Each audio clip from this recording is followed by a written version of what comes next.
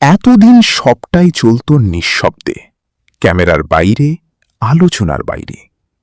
অভিনেতা জিতু কমল, ছোট পর্দার জনপ্রিয় মুখ, কিন্তু তার আর একটা পরিচয় এতদিন চাপা ছিল। কারো বিপদে পড়া, কোথাও সাহায্যের দরকার, চুপচাপ এগিয়ে যেতেন তিনি।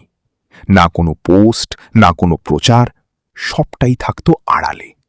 শোনা যায় একবার তো একটা ওয়াটার কোম্পানি প্রায় বন্ধ হয়ে যাওয়ার মুখে, সেখানেও নাকি তাঁর সাহায্যেই আবার ঘুরে দাঁড়ায় সবকিছু।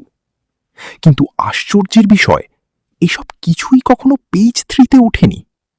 তবুও কটাক্ষ থামেনি। দেখানোর জন্য কিছু করেন না, এই অভিযোগই নাকি বারবার শুনতে হয়েছে তাকে।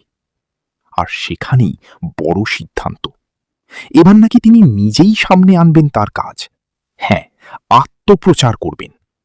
কারণ তাতেও যদি 4টে মানুষের মুখে হাসি ফোটে।